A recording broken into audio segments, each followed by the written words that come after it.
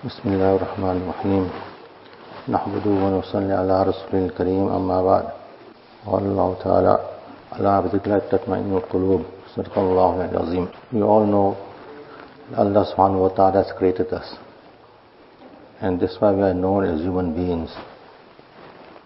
What is the definition of human being? The definition of human being is the composition of this body and the soul. The body and the soul put together makes a human being. The soul is removed from the body, then you won't call that person a human being, you call him a corpse, a dead person now. Because the soul is removed from the body. So it shows how important the soul plays in the life of a human being. Now, when Allah subhanahu wa ta'ala has created our body, a human being was a body and a soul, and we all know to live, we've got to eat, to get strength in our body, to do work. We've got to have nourishment for our body. And the nourishment of our body will come out of the ground. Because Allah subhanahu wa ta'ala has created our body from sin. So whatever the comforts of the body will come out from the ground. The food we eat will come out from the ground. Same time we'll find the bed we sleep on, the wood comes out from the ground. The cars we drive, the steel comes out from the ground. So everything we find, the comfort of the body will come out from the ground. Because we are created from sin, we are created. In the same manner, the ruh, Allah Ta'ala created the ruh. So the nourishment of the ruh is by obeying the commands of Allah Subhanahu wa Ta'ala. The more we obey the commands of Allah Subhanahu wa Ta'ala, the more our ruh get nourishment. We all know that the more nourishing food we eat, the body gets nourished, the body gets strength, we can do a lot of work we can do. But we don't need nourishing food, then we can't do so much work. If you don't eat nourishing food, you get sick also. In the same manner, the ruh also needs nourishment also. The nourishment of the ruh is obeying the commands of Allah subhanahu wa ta'ala. When a person nourishes the body more than the soul, then what happens now? Now the body becomes more stronger than the soul. Now there is imbalance in our life already now. And what the result now, your tabiat or nature goes more towards shaitaniyat. Now we want to do more guna, just obey Allah subhanahu wa ta'ala. Unawareness comes, negligence comes within the person. And on the other hand, if the person nourishes the soul more than the body, now the soul becomes so refined and so it becomes so strong it becomes that you only want to do good work now. You want to do good work only. And it's in such a manner that he surpasses the angels of Farishtas also. And the person nourishes the soul and the body in balance, then that person is a normal human being. So it's important that we understand that our soul also needs nourishment. And the nourishment comes by obeying the commands of Allah subhanahu wa ta'ala and making zikr of Allah subhanahu wa ta'ala. It comes in the hadith that the difference between the person making zikr and the person that's negligent of zikr, like a person who is alive and a person who is dead. A dead person can't do anything. A alive person can do a lot of things. The same the person makes zikr, his heart is alive always, his soul is alive always, and he can do a lot of things he can do.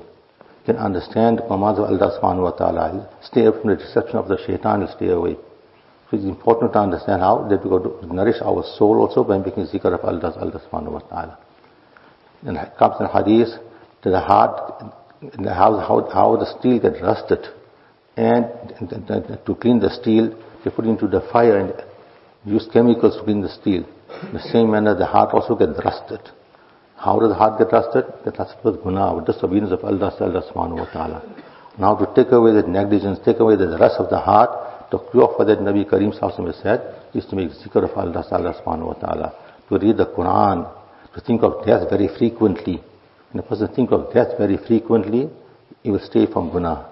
The person will be allowed with zikr, read the Quran, tilawat of the Quran, the heart will get clean because of that. And then that the sensitivity of the heart will return again. So it's important that we bring about the sensitivity of the heart, where the heart can perceive who our Creator is and what is our responsibilities. It comes also in a hadith that the person who reads Quran in namaz, standing, he gets 100 rewards he gets. The person who reads Quran in namaz, sitting, gets 50 rewards he gets. And the person who reads Quran out of namaz will get 25 rewards he gets. And what was wuzu? And the person who reads Quran without wuzu out of namaz will get 10 rewards he'll get. And the person who only listens to the Quran, he gets 1 reward. So imagine what the blessed kitab is of Allah subhanahu wa ta'ala. In all situations, the person is rewarded for reading the Quran all the time. And it's also mentioned in hadith to read Quran in namaz is very virtuous it is. It is more better to read Quran in namaz, and it's more better than zikr. And zikr is better, and at the same time to make zikr of Allah subhanahu wa ta'ala is better than giving sadaqah. And to give sadaqah is better than giving nafil rosas. And rosa will save a person from fire of Jahannam. So imagine how much of fazil is there for making zikr of Allah subhanahu wa ta'ala, to remember Allah subhanahu wa ta'ala. And the best zikr is the Quran. And not the hadith comes, the best zikr is kalimat tayyiba la ilaha illallah. So when we know that the heart can rust it now, to clean the heart, we can make zikr of Allah subhanahu wa ta'ala. In our akabir, you will find this means zikr, in excess with zikr of Allah subhanahu wa ta'ala. With the result, the heart will always enlighten and turn towards Allah subhanahu wa ta'ala. There was no negligence within themselves. From our akabir, Hazrat Tanwir rahmatullah alayhi, his khulafa will find Hazrat Qari Taib Sahab rahmatullah alayhi, Mufti Shafi Sahab rahmatullah alayhi, they all sitting together and they were talking out at night and enjoying themselves, laughing and making jokes. And just then Khaja Sahab rahmatullah alayhi came, Khaja Azuz Rahman Sahab rahmatullah alayhi came there and asked them, what are you doing? So we are enjoying ourselves, our light moments having at the moment. So can I join the people? Say, definitely can join us, what's wrong in that? Because he was part of them. He started now telling a lot of jokes. And they were laughing and laughing. And they had so much joke that and they couldn't laugh much more. Because Khaja Sahab, I think it's too much nothing now, because you can't laugh more than this. Then Khaja Sahab said, I want to ask you one question. What question to ask now? We're surprised now. All the joking, enjoying themselves, having light moments they were having now. That's a question all of a sudden. That turned topic around completely. So what question you want to ask? Say, I want to ask one question, that we're enjoying ourselves so much, laughing so much. Tell me truly that were the hearts attached to Allah subhanahu wa ta'ala or not? All were surprised and shocked when they heard this question from Khaja Sahab rahmatullah alayhi. He said, we are laughing, how can that thought it was Allah subhanahu wa ta'ala? And then Khaja said, Alhamdulillah, Allah shukr. Although we were enjoying ourselves, laughing, and there wasn't a moment that my heart was not attached to Allah subhanahu wa ta'ala. So it shows that our life is, our connection with Allah subhanahu wa ta'ala must be always be there. No matter what we are doing, our connection must be with Allah subhanahu wa ta'ala. So our purpose of our life is to obey the commands of Allah subhanahu wa ta'ala no matter whatever state we are in. Whatever work we are doing also, mind was attached towards commands of Allah subhanahu wa ta'ala. That's why Allah ta'ala has given us laws like halal and haram. What is good, what is bad, what is sawab, what is guna. All the things there, because the negligence must go away from us and we understand the laws of Allah subhanahu wa ta'ala, and according to that must conduct our lives. To be a Muslim is not a person who is negligent of the laws of Allah subhanahu wa ta'ala. When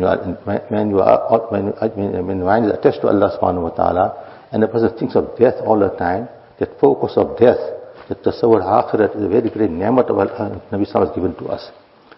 We can achieve that tasawwur, that akhirat with ourselves, and see how much of goodness will come out, how much good things we will do.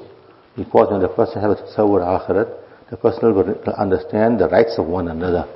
We want to fulfill the rights of one another. Always remember, Islam promotes fulfilling of rights.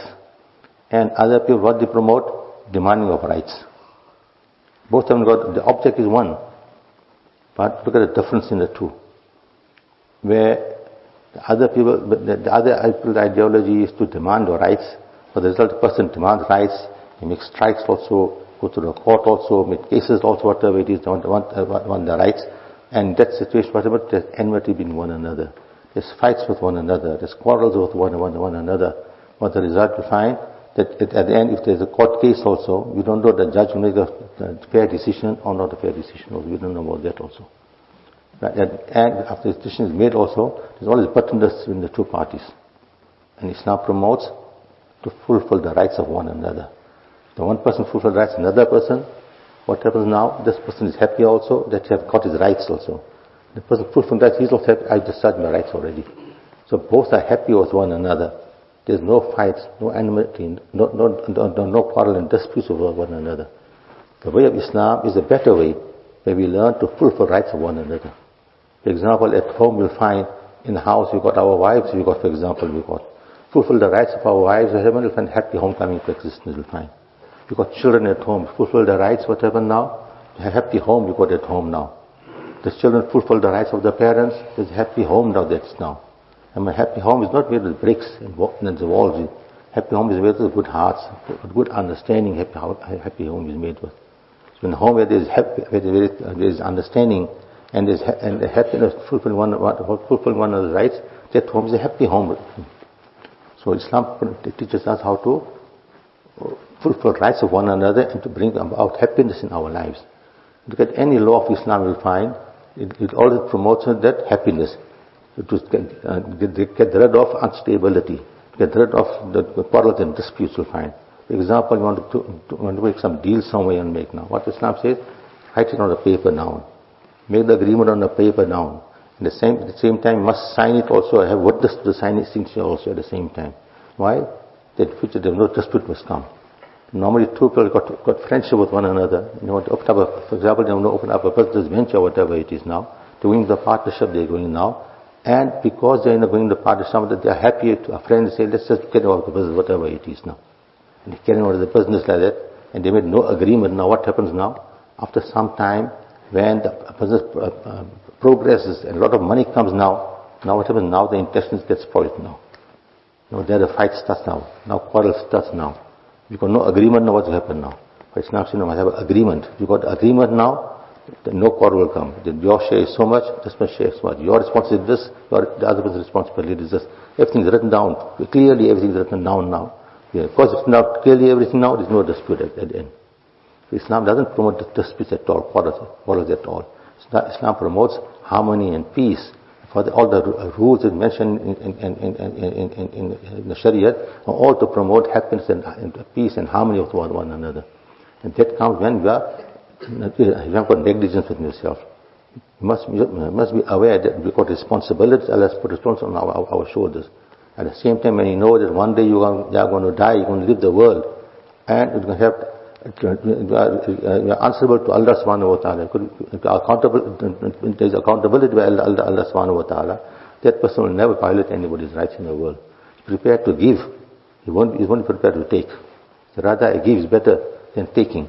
In taking, you can overstep somebody's rights also, but in giving one overstep anybody's rights. So to bring muhabbat also, Nabi Karim Sallallahu explained to us, to bring muhabbat also by giving. By giving gifts to one another, bring muhabbat with one another.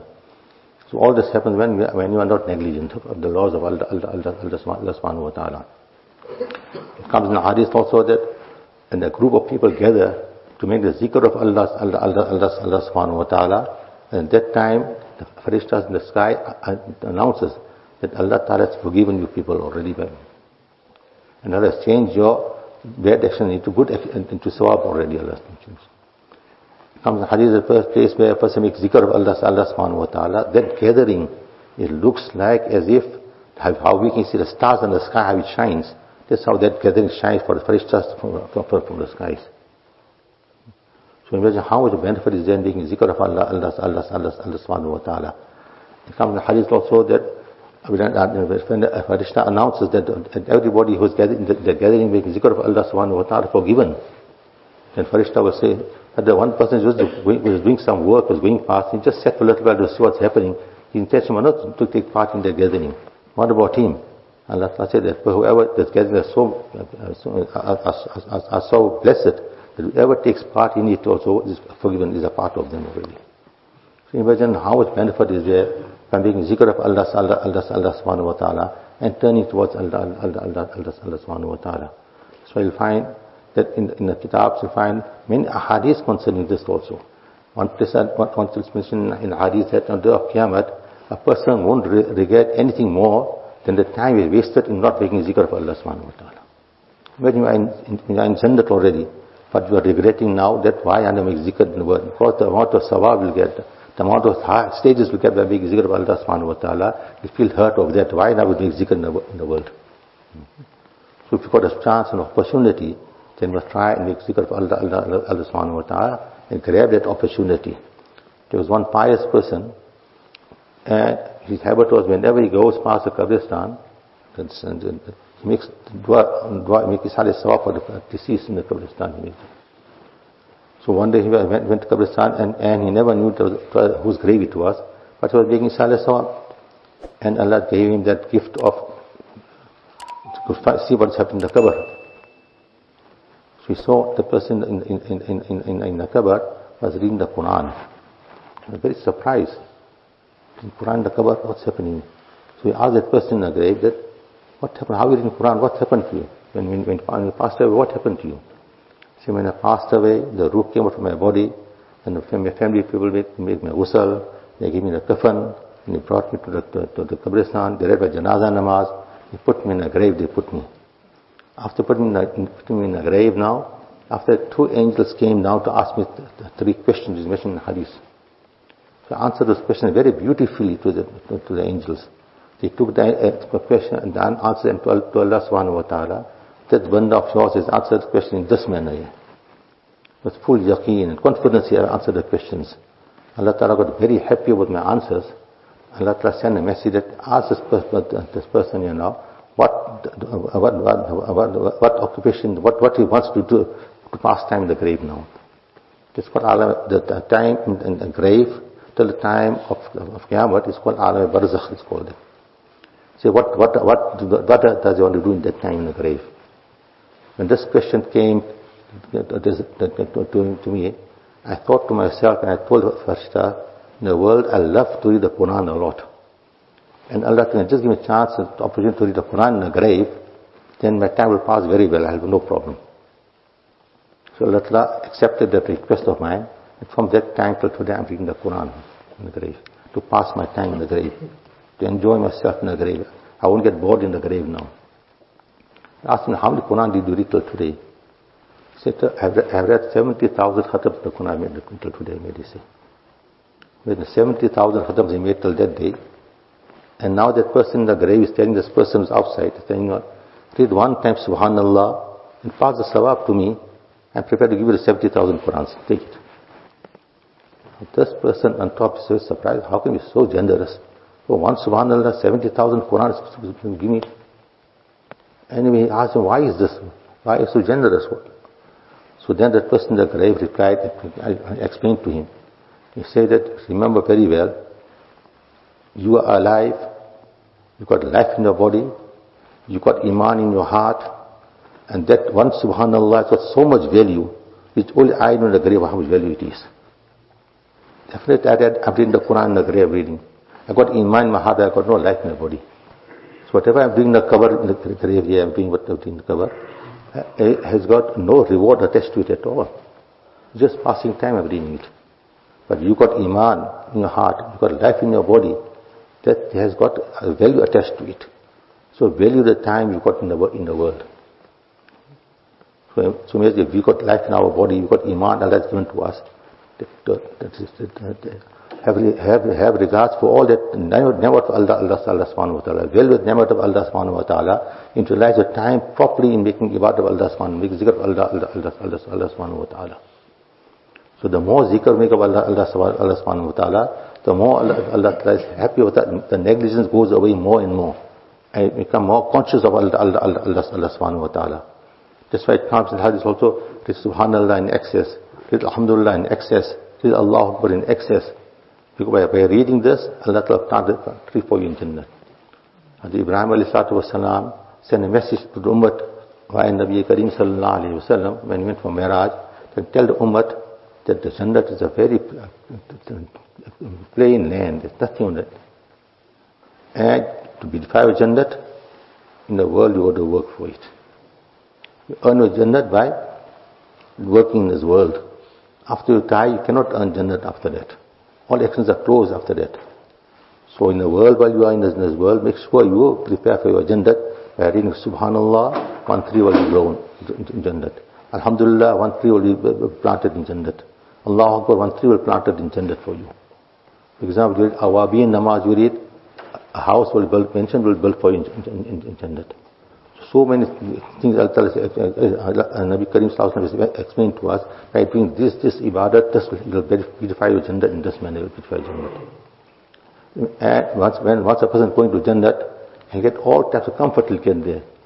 And whatever you want, whatever you wish, at your disposal. Why is that now? You know very well when a person works, for example, then he earns something. When he earns something now, he's the owner of that thing now, and he can utilize it however he wants to utilize it now. That's what happens in the world. Same thing happened in the year after also. Whatever ibadah you're going to make in this world, this is how you're going to get Jannat now in the way. When you get Jannat in Akhirat now, Jannat is now under your control, is your slave now. Whatever you want, you get now. Whatever you desire, you're going to get there now. In Jannat, you're going to get. So much so it comes in hadith that the young boys will be like pearls, they'll be like shining, they'll have no dust on them, they'll be prepared in your service, bringing fruit for you, whatever you want to give you, service will give you. And at the same time, Jannat, what will happen now? People will sit and talk with one another also now. How we talk when we go on a holiday somewhere, we go somewhere. And after we come back, what do you do now? We talk, how was our months and holidays, how we enjoyed ourselves, we did this, we went there, whatever it is, we speak like that. The same in Jannat also will talk to one another like that. He said that in the world I was so worried. I was so worried in this world, I didn't know what happened, will I ever go to Jannat or not. But Allah is so kind to me, to see I put it into Jannat, just imagine, He came in Jannat. So in this world we talk that, I don't know, how was our actions, were you able to go to Jannat or not? That fear and that hope of Allah subhanahu wa ta'ala is a very great name of Allah subhanahu wa ta'ala. So we always have to get concerned within ourselves, get rid of the negligence within ourselves. And our purpose and object is to please Allah subhanahu wa ta'ala, and Allah in return will give us Jannat, Allah will give us. If you have this perception in our mind, and doing it 24 hours of the day and night, then definitely Allah will put you in Jannah, definitely.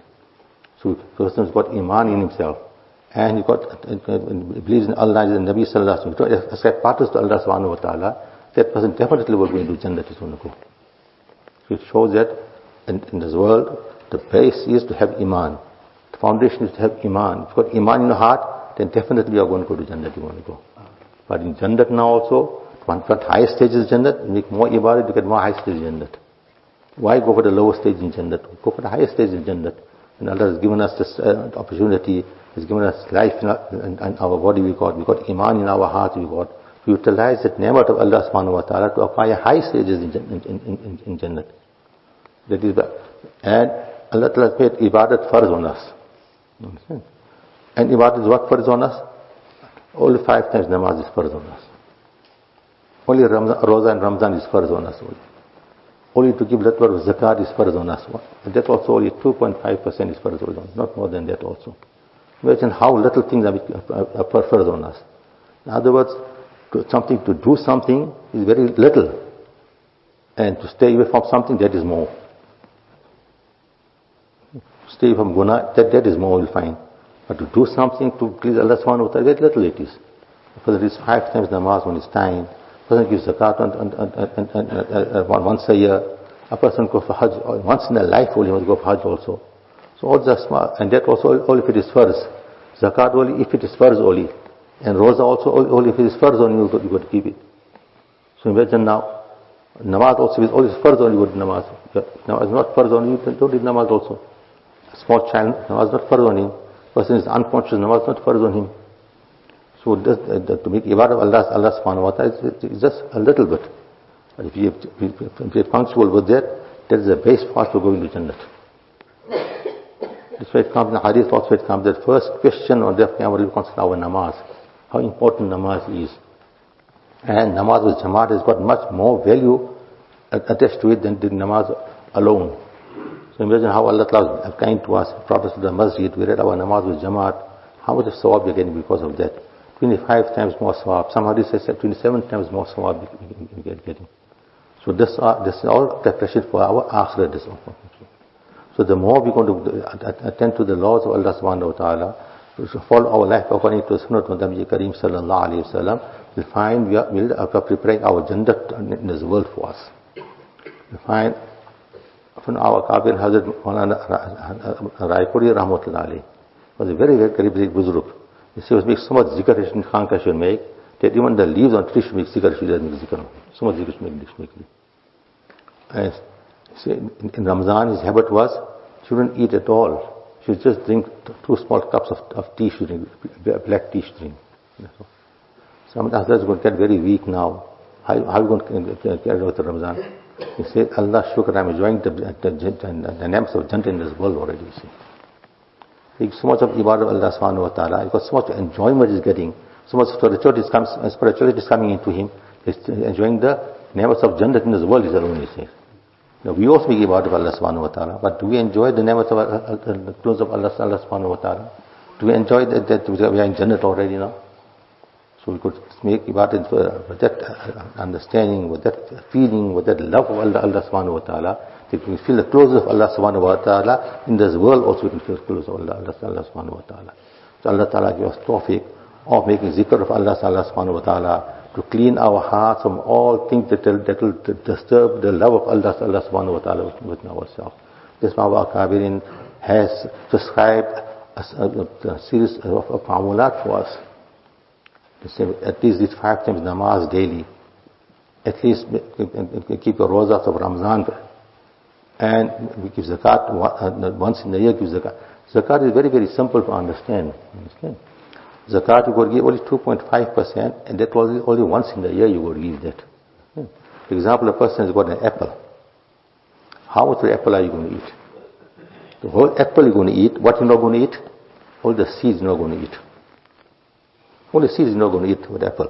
Whole apple you're going to eat. All the seeds you're not going to eat. So what's the ratio is the seeds to the whole apple? Nothing. No value to it. But that same seeds, if you take and plant into the ground, what happens now? It will grow into a tree and give you more apples you will give you after it. So that's how you get a little zakat you're going to give, that will grow and give you more wealth it's going to give you. So it's something very minimal it is. So all that zakat you give, you're planting in the path of Allah subhanahu wa ta'ala, and that will be very fruitful after you give you. So how the Akabin has prescribed for us to read our namaz, read our Quran tilawah daily, read our tasbihat morning, evening, daily, third kalima, durush sharif, astaghfar, tasbih once in the morning, once in the evening. These are small things that are prescribed for us. By reading this with consciousness, you get a closeness of Allah subhanahu wa ta'ala. It comes in the hadith, the person who reads namaz, that person will stay away from guna. The person who can't stay from guna, means his namaz is not up to standard. If his namaz was concentration, that namaz definitely has got power to stop you from making guna. That's Allah subhanahu wa ta'ala. So read namaz, whereas concentration, we see that namaz will save you from guna. Then our Kabir has prescribed different forms of zikr, exercises for us to do, to clean our hearts with that, to bring the awareness of Allah subhanahu wa ta'ala within ourselves. For example, the best zikr is La ilaha illallah. When you zikr of La ilaha illallah, you concentrate on your heart, that you take out all dirt from our heart, whatever evil things you got in the heart, take it out, and put in Allah, the love of Allah subhanahu wa ta'ala in your heart now. You're preparing your heart to obey the command of Allah subhanahu wa ta'ala. Making illallah, you clean your heart with all the dirt. How Hazrat she explained, he said, it's like in India you'll find, the washermen, when they wash the clothes, what they do? They throw it onto the rock and they wash and clean the dirt. So you want to clean, for example, at home you got a tap, you want to wash your clothes under the tap, what happens now? The water will fall onto the clothes and you're going to wash the clothes, and dirt goes out slowly, goes out. At the end, the cloth becomes white and clean. The same way, in Allah, wash all the dirt, all the guna, all the sins washing from your heart already. At the end, what happens now, the heart becomes clean. The perception of the heart, and the knowledge of the heart, the sensitivity of the heart will come back again. Now the heart will have fitrat in it. It will understand this is how the law of Allah subhanahu wa ta'ala. I can't commit any guna after that. So this zikr we make of Allah subhanahu wa ta'ala. You make zikr of Allah, Allah, you make Ismail Zat, you make zikr of Allah subhanahu wa ta'ala. Now your heart is gone so clean. And what you want now? Allah's muhabbat must come into your heart now. Allah's love must come into your heart now. You are asking Allah Ta'ala, please bring love into my heart now. That becomes so attached to you that I don't commit any guna after this now. The person makes zikr with this perception in his mind, that after that the person makes, after the zikr the person makes, how enlightened when the person feels. How high when you in spiritual, you come to such a high in spirituality that a thought of guna also won't come to his mind after that now. Because he attached to Allah subhanahu wa ta'ala, linked to Allah subhanahu wa ta'ala already now. That is what we want in our lives. We can get ourselves attached, linked to Allah subhanahu wa ta'ala in this world, then we got no worries after that. So that's our main object of our life is that.